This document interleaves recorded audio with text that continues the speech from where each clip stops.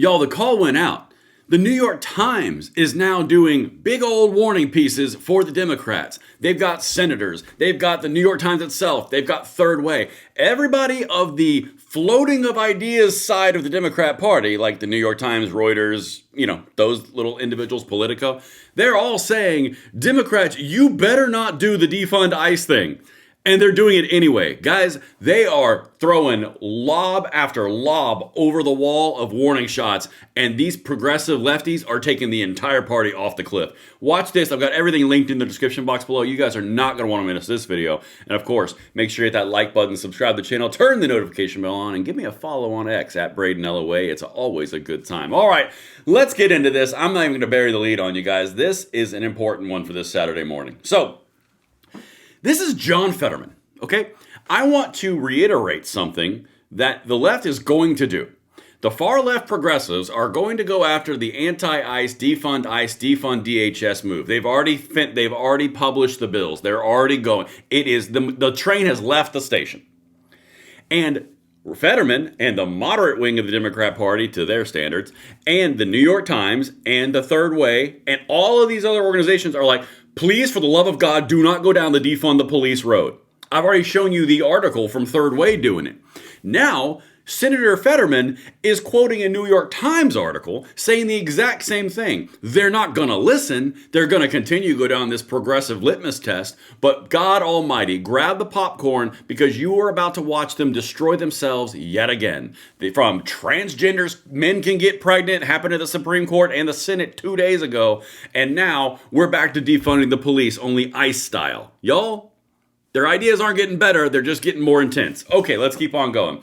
Senator Fetterman, even Mayor Frey, that's Soy Boy up in Minnesota, the Beto wannabe, doesn't support abolishing ICE. The party must resist the destructive tendencies to push extreme positions, secure the border, deport all the criminals, stop targeting hardworking migrants in our nations. He just went with the traditional Obama-level Democrat position on deportation and immigration. That is now the extreme position in the left, okay? What's he citing? That New York Times article. And if you are not familiar, I did this about 2 or 3 days ago from Third Way. You see this organization right up here? Third Way? I can't highlight it. The top left. Third Way is the moderate wing of the Democrat Party. They're the moderate consultants. They're the ones that said, hey, drop the transgender ideology stupidity, figure out what a man and a woman is, basic human anatomy, figure that one out. And then maybe close the border. They literally were doing that whole thing. Maybe don't lie to everybody, to their faces about Biden short-circuiting. That was them like 2 months after the election. Okay, that's who these people are.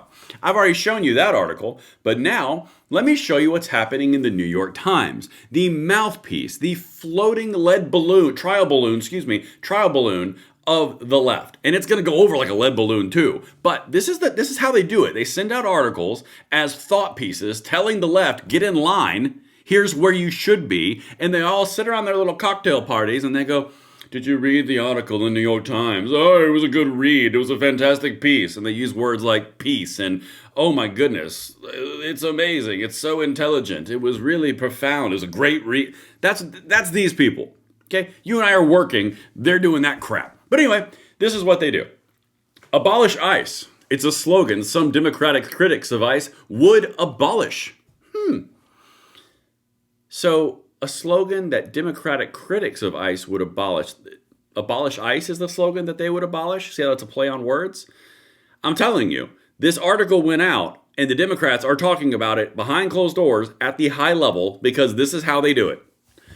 As Democrats grow more alarmed about the Trump administration's aggressive immigration raids in American cities, some worry that calls to eliminate the agency will distract from efforts to rein it in. Y'all, over the target doesn't begin to describe where we are right now. Democratic members of Congress are demanding more oversight over ICE and its tactics, and some are trying to tie their demands to budget talks because I've already shown you senators who are going to try to defund Department of Homeland Security. A group of House Democrats have called for impeaching Homeland Security Secretary Kristi Noem. And you guys know the rule. When you see red highlight, that's an important part.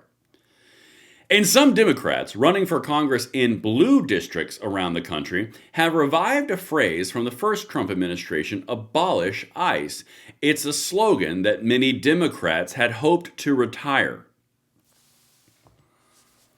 This is in the New York Times. All of these things happen in a microcosm, and the liberals and the Democrats look at the entire thing, test how it polls, test how it focus groups, and then they build a strategy around the never end or the always evolving topics and trends in the population in order to position themselves to take advantage of whatever that situation is. That's what happens. And the far left in deep blue districts are going down the road of far left progressivism. Deep blue districts. We must abolish ICE. We must have open borders. We must get rid of all the wealth. All the billionaires are a sin on the nation. All the far left progressive talking points. I've told you, it's taking the Democrat Party to the left. And the country doesn't want the Democrat Party to the left. The country doesn't want FBI vehicles being vandalized and rifles being taken out by roving bands of leftists. They do not want the chaos. That's why the defunding of the police and the abolish ICE is the same vein of stupid. That's why men can get pregnant or men can't get pregnant. It's a really stupid question happening in our United States Senate. They can't answer it, by the way. It's a rerun of 2020, 2021, and 2022. You're literally watching them do the same thing, only on steroids. All right, let's keep on going. Maybe you need more evidence of the points I'm bringing forward. And let me know in the comments. And of course, if I'm landing the plane, let me see some planes down there as well. Immigration has arguably been the most vexing issue for Democrats in the Trump era. The Biden administration's missteps on the issue. I thought he was the greatest president of all time. Underestimating the scale of migration that their policies would allow and failing to anticipate the political backlash helped pave the way for President Trump's election to a second term. Understanding the scale of migration that their policies would allow and failing to anticipate the political backlash? Yeah, that means they were too arrogant to listen or understand the impacts of their decisions on the American population. You went too far left. You got so screwed by the population because you screwed them first. The elite in the Democrat Party went down the road of far left extremism, defunding the police and what's a dude, what's a chick. And then it becomes into, you know what, maybe y'all ain't fit to serve. It's exactly what you saw. That's why the frickin' progressive caucus, the squad, is dismantling by the day.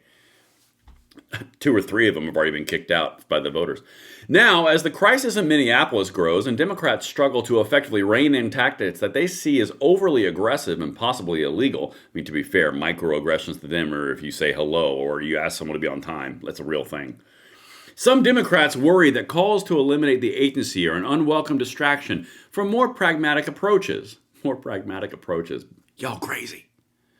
They fear that the abolish ICE slogan will age as poorly as defund the police did. Y'all, it's a rerun.